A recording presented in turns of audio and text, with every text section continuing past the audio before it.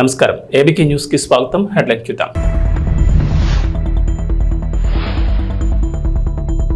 Drugs పై AP Telangana ఉమ్మడి పోరు. రేవంత్ చంద్రబాబు భేటీలో కీలక నిర్ణయం.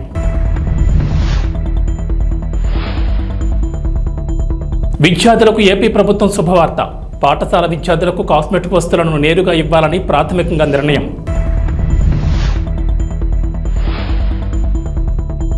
కె కేశవరావుకు కీలక పదవి.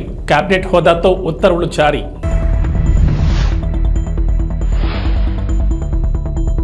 వారాహి అమ్మవారి దీక్ష పూర్తి. మరో దీక్షలోకి పవన్ కళ్యాణ్.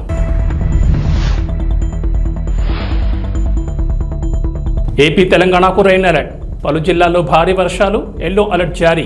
తెలంగాణ సీఎం రేవంత్ రెడ్డి ఆంధ్రప్రదేశ్ సీఎం చంద్రబాబు నాయుడు భేటీలో ప్రస్తావించిన అంశాలను రెండు రాష్ట్రాల మంత్రులు జాయింట్ ప్రెస్ మీట్ పెట్టి వెల్లడించారు. తెలంగాణ ఉప ముఖ్యమంత్రి బట్టి విక్రమార్క, ఏపీ మంత్రి అనగాని సత్యప్రసాద్ ముఖ్యమంత్రుల సమావేశ వివరాలు వెల్లడించారు. ఉమ్మడి ఆంధ్రప్రదేశ్ విడిపోయి 10 ఏళ్లు పూర్తయినా విభజన సమస్యలు ఇప్పటికీ పరిష్కారం కాలేదని, వాటిపై ఈ సమావేశంలో చర్చించినట్లు బట్టి విక్రమార్క చెప్పారు.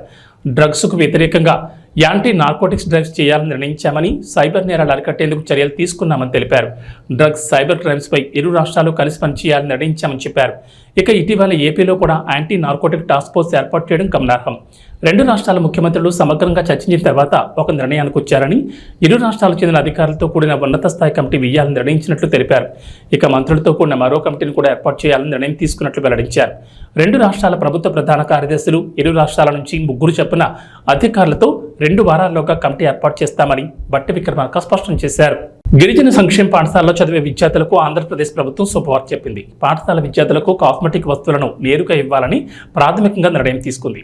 గత ప్రభుత్వం కాస్మెటిక్ వస్తువులను నేరుగా ఇవ్వకుండా కాస్మెటిక్ ఛార్జీలను విద్యార్థుల తల్లుల ఖాతాలో జమ చేస్తూ వచ్చింది.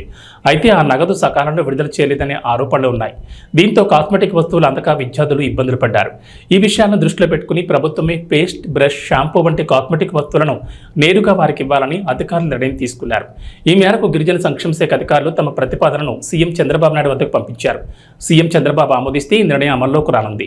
మరోవైపు గిరిజన సంక్షేమ శాఖ ఆధ్వర్యంలో ఏపీ వ్యాప్తంగా 548 పాఠశాలలు నడుస్తున్నాయి. ఇందులో సుమారుగా 1.25 లక్షల మంది విద్యార్థులు చదువుతున్నారు. వీరందరికీ ప్రతి నెల కాస్మెటిక్ ఛార్జీల కోసం ₹1.5 ఖర్చు అవుతోందని అంచనా. అయితే గత వైసీపీ ప్రభుత్వం ఈ నిధులు విడుదల చేయకపోవడంతో సుమారుగా 10 కోట్లు బకాయిలు పడినట్లు తెలుస్తోంది. దీంతో గత ప్రభుత్వం మాదిరిగా కాకుండా కాస్మెటిక్ వస్తువులను నేరుగా ఇవ్వాలని అధికారులు నిర్ణయించారు. ఈ ఛార్జీలతో వస్తువులను కొని విద్యార్థులకు అందివ్వాలని ప్రాథమికంగా నిర్ణయం తీసుకున్నారు. ఇటీవల కాంగ్రెస్ పార్టీలో చేరిన తెలంగాణ సీనియర్ రాజకీయ నేత కె కేశవరావుకు రేవంత్ సర్కార్ కీలక పదవి కట్టబెట్టింది. తెలంగాణ ప్రభుత్వ సలహాదారుడిగా ఆయన నియమించారు. కేబినెట్ హోదాతో ఆయన్ను పబ్లిక్ అఫైర్స్ సలహాదారుడిగా నియమించారు. ఈ మేరకు ప్రభుత్వం నుంచి ఉత్తర్వులు జారీ అయ్యాయి. కేకేకు ఉన్న రాజకీయ పరిపాలనాపరమైన అనుభవాలను దృష్టిలో ఉంచుకుని ఆయన్ను సలహాదారుగా నియమించినట్లు తెలిసింది. కాగా కేకే గతంలో కాంగ్రెస్ పార్టీలో కొనసాగారు. తెలంగాణ రాష్ట్ర ఆవిర్భావానికి ముందు బీఆర్ఎస్ పార్టీలో చేరారు. ఆ తర్వాత ఆయన్ను కేసీఆర్ 2 సార్లు రాజ్యసభకు నామినేట్ చేశారు. తెలంగాణలో కాంగ్రెస్ అధికారంలోకి వచ్చిన తర్వాత తిరిగి సొంత గుట్టుకు వచ్చేందుకు సిద్ధమయ్యారు. ఈ మేరకు పార్లమెంట్ ఎన్నికలకు ముందే రేవంత్ రెడ్డితో చర్చలు జరిపారు. అనంతరం 4 రోజుల క్రితం బీఆర్ఎస్ పార్టీని వీడి ఏఐసీసీ అధ్యక్షుడు మల్లికార్జున ఖర్గే సమక్షంలో కాంగ్రెస్ కండువా కప్పుకున్నారు. బీఆర్ఎస్ పార్టీ ద్వారా తనకు వచ్చిన రాజ్యసభ పదవికి కూడా కేకి రాజీనామా చేశారు. AP deputy CM Pawan Kalyan చేపట్టిన వారాహి దీక్ష ముగిసింది. 11 రోజుల పాటు ఈ దీక్ష నిర్వహించిన పవన్ కళ్యాణ్ శుక్రవారంతో ముగించారు. సమాజ క్షేమాన్ని, దేశ సౌభాగ్యాన్ని కాంక్షిస్తూ పవన్ కళ్యాణ్ చేపట్టిన వారాహి ఏకాదశ దిన దీక్ష వారాహి అమ్మవారి ఆరాధన, కలశోద్వాసన క్రతువుతో పరిసమాప్తమైందని జనసేన తెలిపింది. మరోవైపు దీక్ష ముగింపు సందర్భంగా వేద పండితుల మంత్రోచ్చారణల నడుమ వారాహి మాతకు పవన్ ప్రత్యేక పూజలు నిర్వహించారు. అనంతరం ఏకహారతి, ద్విహారతి, త్రిహారతి, చతుర్థ, పంచ, నక్షత్ర హారతలు సమర్పించారు. అనంతరం కుంభహారతితో వారాహి దీక్ష సంపూర్ణమైంది. మరోవైపు వారాహి దీక్ష పూర్తయిన నేపథ్యంలో పవన్ కళ్యాణ్ మరో దీక్ష చేయనున్నారు. పవన్ చాతుర్మాస దీక్ష చేయనున్నారు. గృహస్థాచార రీతిలో ఈ దీక్ష చేస్తారన్న జనసేన అధికార కార్యకలాపాలను కొనసాగిస్తూనే శుభతిథుల్లో మాత్రం దీక్షా వస్త్రాలు ధరిస్తారని ప్రకటనలో తెలిపారు. దీక్షాకాలంలో పరిమిత సాత్వికాహారం మాత్రమే స్వీకరిస్తారని పేర్కొన్నారు. ఆంధ్రప్రదేశ్లో జూలై 8వ తేదీ నుంచి ఉచిత ఇసుక విధానం అమల్లోకి రానుంది. ఇప్పటికే ముఖ్యమంత్రి నారా చంద్రబాబు నాయుడు ఆదేశాలతో అధికారులు ఈ ఉచిత ఇసుక విధానానికి సంబంధించిన కార్యాచరణను సిద్ధం చేశారు. ముందుగా రాష్ట్రంలో అన్ని జిల్లాల నిల్వ కేంద్రాల్లో ఉన్న ఇసుక డంపుల నుంచి ఇసుకను అందించనున్నారు. అయితే ప్రభుత్వం ₹1 కూడా తీసుకోకుండా ఉచితంగా ఇసుకను అందించాలని నిర్ణయించింది. అయితే ప్రజల నుంచి కేవలం ఇసుక తవ్వకాల ఖర్చు, సీనరీస్ మాత్రమే వసూలు చేయాలని నిర్ణయం తీసుకుంది. ఉచిత ఇసుక విధానం తీసుకువచ్చిన నేపథ్యంలో అక్రమ తవ్వకాలు, అక్రమ రవాణా జరగకుండా అధికారులతో పటిష్ట నిఘా ఏర్పాటు చేయనున్నారు. దగ్గరలో ఉన్న వాగులు వంకల నుంచి స్థానికులు ఎడ్ల బండ్లలో ఇసుకను తెచ్చుకునేందుకు అవకాశం కల్పించారు. ఈ మేరకు ఉచిత ఇసుక విధానానికి సంబంధించి సీఎస్ నీరబ్ కుమార్ ప్రసాద్ శనివారం అన్ని జిల్లాల కలెక్టర్లకు మార్గదర్శకాలు వివరించారు. ఇప్పటి వరకు ఉన్న కాంట్రాక్టర్లు జీసీకేసీ, ప్రతిమ ఇన్ఫ్రా పక్కకు తప్పుకున్నట్లు సీఎస్ తెలిపారు. ఈ క్రమంలోనే ఇసుక నిల్వలను స్థానిక కలెక్టర్లు స్వాధీనం చేసుకోవాలని సూచించారు. మరోవైపు ఇప్పటికే రాష్ట్రమంతటా 43 లక్షల టన్నుల ఇసుక నిల్వలున్నట్లు గనుల శాఖ అధికారులు లెక్కించారు. సోమవారం నుంచి ఈ నిల్వలను ప్రజలకు అందించనున్నారు. రాబోయే 3 నెలలకు 88 లక్షల టన్నుల ఇసుక అవసరం ఉంటుందని గుర్తించారు. సంవత్సరానికి 3.20 కోట్ల టన్నుల ఇసుకకు డిమాండ్ ఉంటుందని అంచనా వేశారు. హైదరాబాద్లోని ప్రజాభవన్ వేదికగా జరిగిన తెలంగాణ ముఖ్యమంత్రి రేవంత్ రెడ్డి, ఆంధ్రప్రదేశ్ ముఖ్యమంత్రి నారా చంద్రబాబు నాయుడు భేటీ నిన్న ముగిసింది. 1:45 నిమిషాల పాటు జరిగిన ఈ భేటీలో విభజన అంశాలతో పాటు 2 రాష్ట్రాలకు సంబంధించిన కీలక విషయాలపై సుదీర్ఘంగా చర్చించారు. ఈ క్రమంలోనే 2 రాష్ట్రాలకు సంబంధించి మరిన్ని అంశాలపై చర్చించేందుకు కమిటీలు ఏర్పాటు చేయాలని సూత్రప్రాయంగా అంగీకారం తెలిపారు. ఈ 2 కమిటీల్లో ఒకటి మంత్రులతో కూడిన కమిటీ, మరొకటి అధికారులతో ఏర్పాటు చేయాలని ఇద్దరు ముఖ్యమంత్రులు నిర్ణయించారు. మంత్రులతో కూడిన కమిటీలో తెలంగాణ నుంచి పొన్నం ప్రభాకర్, దుద్దిళ్ల శ్రీధర్బాబు ఉండే అవకాశాలున్నట్లు తెలుస్తోంది. విభజన చట్టంలో ఉన్న సమస్యలను పరిష్కరించుకునేందుకు ఇది తొలి భేటీ అని, తర్వాత మరిన్ని సమావేశాలు నిర్వహించాలని ఇద్దరు ముఖ్యమంత్రులు నిర్ణయించినట్లు సమాచారం. మరీ ముఖ్యంగా విభజన చట్టంలోని షెడ్యూల్ 9, 10లో ఉన్న అంశాలపై చర్చించినట్లు తెలుస్తోంది. ఇరు రాష్ట్రాల సీఎంల మధ్య జరిగిన చర్చల వివరాలు తెలిపిన మంత్రి అనగాని సత్యప్రసాద్, విభజన సమస్యలపై ఉన్నత స్థాయి అధికారులతో ఒక కమిటీతో పాటుగా అధికారుల కమిటీ పరిష్కరించలేని సమస్యలపై మంత్రులతో కమిటీ వేయాలని ఇరు రాష్ట్రాలు నిర్ణయం తీసుకున్నట్లు చెప్పారు. విభజన సమస్యలు ఒక్కటే కాకుండా గత 5 ఏళ్లు పట్టి పీడించిన డ్రగ్స్, గంజాయి, సైబర్ క్రైమ్స్పై కూడా భేటీలో చర్చ జరిగింది. డ్రగ్స్, సైబర్ క్రైమ్స్ నియంత్రణకు 2 రాష్ట్రాలు కలిసి పనిచేయాలని, 2 రాష్ట్రాల ఏడీజీ స్థాయి అధికారులతో డ్రైవ్ నిర్వహించాలని 2 ప్రభుత్వాలు నిర్ణయం తీసుకున్నాయి. పనిచేస్తారు కాబట్టి ఒక ప్రోయాక్టివ్ వేగా లెటర్ పంపించడం, దాన్ని ఇక్కడ గౌరవ ముఖ్యమంత్రి గారు కేబినెట్లో చర్చించి సానుకూలంగా స్పందించి ఈరోజు ఈ సమావేశం ఏర్పాటు చేయటం, సమావేశంలో అన్నీ కూడా కులంకుశంగా చర్చించి అందరు అడ్వైజులు తీసుకుని ఎవరైతే మంత్రివర్యులు ఉన్నారో అలాగే అధికారులు ఎవరైతే ఉన్నారో అందరి కూడా సలహాలు సూచనలు తీసుకుని డిస్కస్ చేసి ఇవన్నీ కూడా, ఎందుకంటే మీ అందరికీ తెలుసు తెలంగాణ ఒక ఉద్యమంతో, ఒక నిధులు విధులు కేటాయింపులతో ఏర్పాటైంది, అంటే దాని మీద ఉద్యమం చేసి ఏర్పాటైంది. అలాగే ఆంధ్రప్రదేశ్ అభివృద్ధి, వారి యొక్క సెంటిమెంట్లు కూడా చాలా పరిణామం తీసుకుని ఎవ్వరు యొక్క మనోభావాలు దెబ్బతినకూడదు, అందరి యొక్క భావోద్వేగాలన్నీ కూడా పరిణామం తీసుకుని మనం ఇవన్నీ కూడా ఫుల్ఫిల్ చేసుకోవాలని చెప్పేసి ఒక లక్ష్యంతో ఏదైతే రీఆర్గనైజేషన్ యాక్ట్లో ఉన్న ప్రతి ఒక్క అంశం కూడా పూర్తిగా చర్చలతోనే అది సానుకూలంగా సత్వరంగా పరిష్కరించాలనే లక్ష్యంతోనే ఈ యొక్క ఆఫీసర్స్ కమిటీ ఏర్పాటు చేయడం కానీ, దాని తర్వాత మినిస్టర్స్ కమిటీ ఏర్పాటు చేయడం కానీ, తర్వాత ముఖ్యమంత్రులు కూడా అన్ని విషయాలు కూడా నాట్ ఓన్లీ రీఆర్గనైజేషన్ యాక్ట్, అది కాకుండా కూడా రాబోయే రోజుల్లో కూడా మంచి వాతావరణం క్రియేట్ చేసే విధంగా ముఖ్యమంత్రులు కూడా ఫ్రీక్వెంట్గా కలుద్దామని చెప్పి ఒక ఆలోచన ముందు రావటం నిజంగా చాలా ఆనందదాయకం. అలాగే మరి ముఖ్యంగా ఎలా అయితే గౌరవనీయులు బట్టి విక్రమార్క చెప్పారో, తెలంగాణ రాష్ట్రం ఏర్పడిన తర్వాత డ్రగ్స్ ఫ్రీ స్టేట్గా చేయాలని చెప్పేసి తపనతో పనిచేస్తూ ఉన్నారు. దాని మీద కూడా సుదీర్ఘంగా చర్చించి ఏదైతే అక్కడ ప్రభుత్వం ఏర్పడిన తర్వాత ఒక సబ్ కమిటీ మేము వేసుకోవడం జరిగింది 6 మంత్రులతో. ఎందుకంటే అక్కడ మా దగ్గర కూడా స్కూల్ బ్యాగుల్లో, అంటే 8th క్లాస్ చదువుకునే స్కూల్ బ్యాగుల్లో కూడా మనకి గంజాయి దొరికే పరిస్థితి మాకు అక్కడ రాష్ట్రంలో ఉంది. కాబట్టి ఎడ్యుకేషన్ మినిస్టర్ కానీ, గౌరవ హోమ్ మినిస్టర్ కానీ, అలాగే ట్రైబల్ వెల్ఫేర్ మినిస్టర్ కానీ, ట్రాన్స్పోర్ట్ మినిస్టర్ అందరూ కూడా వేసుకుని మేము సబ్ కమిటీ ఏర్పాటు చేయడం, వారి మీటింగ్ కూడా జరగడం జరిగింది. సో అక్కడ ఉన్నటువంటి ఈ యొక్క డ్రగ్ కల్చర్ని ఇక్కడ ఉన్నటువంటి డ్రగ్ కల్చర్కి లింక్ ఉంది. ఎందుకంటే అక్కడ ఉత్పత్తి అయ్యి ఇక్కడికి ఎక్కువగా వస్తుందని చెప్పేసి ఇక్కడ ముఖ్యమంత్రి గారు చాలా కన్సర్న్గా ఉన్నారు. కాబట్టి ఒక జాయింట్గా ఒక ఇద్దరు అధికారులు అడిషనల్ డీజీపీ. పత్తికొండలో శాంతినికేతన్ ట్యుటోరియల్లో డాక్టర్ శ్యాంప్రసాద్ ముఖర్జీ జయంతిని బీజేపీ పత్తికొండ మండల అధ్యక్షులు కొత్తపల్లి శంకరేచార్ ఆధ్వర్యంలో ఘనంగా నిర్వహించారు. ఈ సందర్భంగా BJP Kisan Morcha assembly incharge CC Ranganna, legal cell convener Bhaskar మాట్లాడుతూ శ్యాంప్రసాద్ ముఖర్జీ జూలై 6వ తేదీన కలకత్తాలో జన్మించారని, ఈయన కాషాయ బాహుబలని, జాతీయవాద నేతలలో ముఖ్యుడని మరియు 1921లో ఆంగ్లంలో పట్టాపుచ్చుకున్నారని, 1951లో జనసంఘ్ పార్టీ ఏర్పాటు చేశారని, అప్పట్లోని 3 లోక్సభ స్థానాలు గెలిచారని, ఒక లోక్సభ స్థానం నుంచి ఆయన గెలిచారని అన్నారు. కలకత్తా విశ్వవిద్యాలయానికి ఉపకులపతిగా, బెంగాల్ ఆర్థిక మంత్రిగా, భారతదేశానికి నెహ్రూ గవర్నమెంట్లో పరిశ్రమల మంత్రిగా దేశానికి ఎంతో సేవ చేశారన్నారు. గౌరవ సంపద రామరాజ్ ముఖర్జీ గారు మన భారతదేశంలో చాలా ముఖ్యమైన వ్యక్తి. కాశ్మీర్ని పోయినసారి వాళ్ళు కాంగ్రెస్ పార్టీ వాళ్ళు రెండుగా చీల్చారు. అది వద్దని భారతదేశంలో విలీనం కావాలని పోరాడిన చాలా ముఖ్యమైన వ్యక్తి. మా పార్టీలో చాలా కీలకమైన వ్యక్తి, ఘనుడు. అతనికి మా పార్టీ తరఫున మా పెద్దల తరఫున నివాళులు అర్పించుకుంటాం. ముఖర్జీ గారు ఈ యొక్క జయంతి సందర్భంగా ఈ యొక్క బీజేపీ నాయకులందరూ కలిసి ఆయనకు పూలమాల వేసి ఆయన సత్కరించడం జరిగింది. అందులో భాగంగా ఈయన 370 ఆర్టికల్ని అప్పట్లోనే కాంగ్రెస్ గవర్నమెంట్ అది విభజించడానికి ఆర్టికల్ని ఏర్పాటు చేసినప్పుడే ఈయన ఖండించి దానికోసం పోరాడి ఆయన ఆ యొక్క పోరాటంలోనే ఆయన అసూలు బాసినాడు. ఆయన అందులో వెస్ట్ బెంగాల్ మంత్రిగా కేంద్ర ఆర్థిక మంత్రిగా కాబట్టి ఆయనకు ఘననివ్వాలి. ఆయన పుట్టినరోజు ఘనంగా జరుపుకోవడం జరిగింది.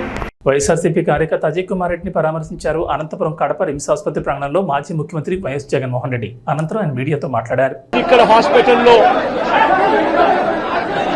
ఒక యంగ్స్టర్ బహుశా 20-25 ఏళ్ళు ఉంటాయేమో తన పిల్లాడికి.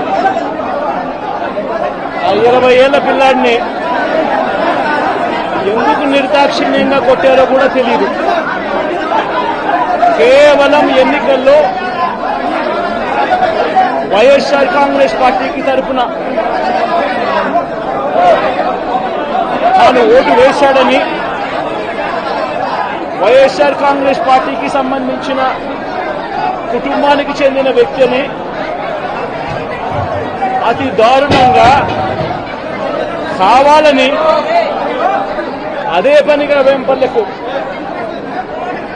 అదే పనిగా ఒక వెహికల్లో వచ్చి దారిలో పోతా ఉన్న పిల్లోడిని బైక్ ఆపి నిర్దాక్షిణ్యంగా కొట్టి హాస్పిటల్ పాలు చేస్తా ఉంటే ఏమి సాధిస్తా ఉన్నారు? ఇంతవరకు పులివెందుల్లో ఎప్పుడు ఇలాంటి సాంప్రదాయం లేదు. ఎన్నో ఎన్నికల్లో చూశాం. ఎప్పుడు పులివెందుల్లో ఇలాంటి సాంప్రదాయం లేదు. ఎన్నికలు అయిపోయిన తర్వాత ఓటు వేయని వారిని కొట్టే కార్యక్రమం ఎప్పుడు జరగల. రాష్ట్ర వ్యాప్తంగా కూడా ఒక భయాందోళన వాతావరణం క్రియేట్ చేయడం కోసం అని రాష్ట్ర వ్యాప్తంగా ఇదే చేయిస్తా ఉన్నారు దగ్గరుండి. ఏం సాధిస్తారు దీనివల్ల? మీరు వేసే ఈ బీజం చేసే ఈ చెడు సాంప్రదాయం రేపొద్దున మళ్ళీ తెలుగుదేశం పార్టీ కార్యకర్తలకి చుట్టుకుంటుంది. చంద్రబాబు నాయుడు అనుకుంటా ఉన్నాడు తానేదో ఈ మాదిరిగా చేసి భయాందోళన క్రియేట్ చేసి వైఎస్ఆర్ కాంగ్రెస్ పార్టీకి ఓటు వేసిన వారిని కొట్టడం వల్ల ఒక తెలియని ఆనందం తనలో ఏదో పొందాలని చెప్పి అనుకుంటా ఉన్నాడు. రాష్ట్ర వ్యాప్తంగా ఒక భయాన్ని క్రియేట్ చేయాలని ప్రయత్నం చేస్తా ఉన్నాడు. కానీ నేను చంద్రబాబు నాయుడు గారికి మరొక్కసారి కూడా చెప్తా ఉన్నా, ఒక చెడు సాంప్రదాయానికి నాంది పలుకుతా ఉన్నారు. దయచేసి ఆపండి. ఆపకపోతే మాత్రం ఎల్లకాలం మీరే అధికారంలో ఉండరు. అధికారం మారిన రోజున ప్రజలు చంద్రబాబు నాయుడు గారు చేస్తా ఉన్న ఈ అన్యాయాలను చూసి శిశుపాలని పాపాలు పండినట్టుగా ఆ పాపాలు చాలా వేగంగా పండుతా ఉన్నాయి. అధికారం మారిన రోజున తాను చేస్తా ఉన్న ఈ చెడు సాంప్రదాయం తనకే చుట్టుకుంటుంది. ఈరోజు దెబ్బలు తగిలినా దెబ్బలు తిన్నా ప్రతి ఒక్కరూ కూడా రేపొద్దున ఇదే మళ్ళీ అటువైపున చేసేదానికి మీరంతటి మీరే బీజం వేస్తా ఉన్నారు. ఇది సరైన పద్ధతి కాదు. నాయకులుగా ఉన్న మనలాంటి వాళ్ళం ఇలాంటివి ప్రోత్సహించాల్సిన పని ఎప్పుడు రాకూడదు, జరగకూడదు. దయచేసి చంద్రబాబు నాయుడు గారికి ఇప్పటికైనా చెప్తా ఉన్నా, చంద్రబాబు నాయుడు గారిని హెచ్చరిస్తా ఉన్నాను, మరొక్కసారి మళ్ళీ హెచ్చరిస్తా ఉన్నాను. ఇది కరెక్ట్ సాంప్రదాయం కాదు, దయచేసి దీన్ని ఆపమని చెప్పి. నిజంగానే మీరు కూడా వెళ్ళి ఒకసారి చూడండి. ఒకసారి ఏం పాపం చేశాడు నా పిల్లల్ని, ఎందుకు కొట్టారు, ఏం పాపం చేశాడని కొట్టారు. ఒకసారి హాస్పిటల్లో కూడా ఒకసారి చూడండి. ఒకసారి 90 మంది పిల్లలు ఇక్కడ జాయిన్ అయ్యారు. మధ్యాహ్న భోజనం పథకం సరిగ్గా జరక్క మధ్యాహ్న భోజన పథకం సరిగ్గా జరగడం లేదు. పిల్లలకు కనీసం బ్యాగుల సప్లై కూడా సరిగ్గా జరగడం లేదు. ఇచ్చేటోడు ఎవడు ఇవ్వడం లేదు సరిగ్గా ఏది వ్యవస్థ అనేది ఏది సరిగ్గా జరగడం లేదు. వ్యవస్థను గాడిలో పెట్టండి. మీరు ప్రజలు మిమ్మల్ని ఏదైతే ఓటు వేశారో ఒక కారణం చేత మీరు ప్రజలు 10% మంది ఓట్లు మాకు రావాల్సిన 10% మంది ఓట్లు మీకు వైపు డ్రిఫ్ట్ అయ్యాయి అని అంటే కేవలం మీరు చేసిన మోసపూరిత వాగ్దానాల వల్ల డ్రిఫ్ట్ అయ్యాయి. ప్రజలు మీ దగ్గర నుంచి ఎక్స్పెక్ట్ చేస్తూ ఉన్నారు. రైతులు అల్లాడిపోతా ఉన్నారు, రైతు భరోసా అందక. పిల్లలు అల్లాడిపోతా ఉన్నారు, పిల్లలు బడులు స్టార్ట్ అయ్యాయి కానీ తల్లులకు అమ్మఒడి కార్యక్రమం ద్వారా వస్తూ ఉన్నది రావడం లేదు. తల్లులు ఎదురుగా ఆశగా ఎదురు చూస్తూ ఉన్నారు. వాళ్ళని చూసుకోండి.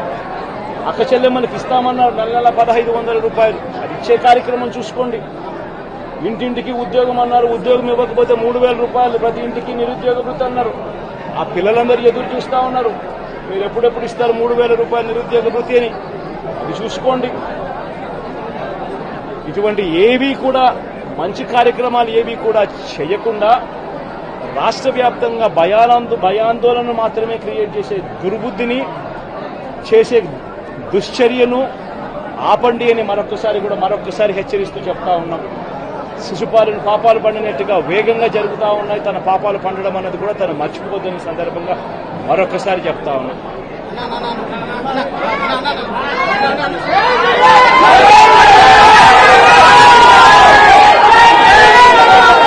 మహేంద్ర సింగ్ ధోని ప్రపంచ క్రికెట్లో తనకంటూ ప్రత్యేక గుర్తింపు తెచ్చుకున్న వ్యక్తి.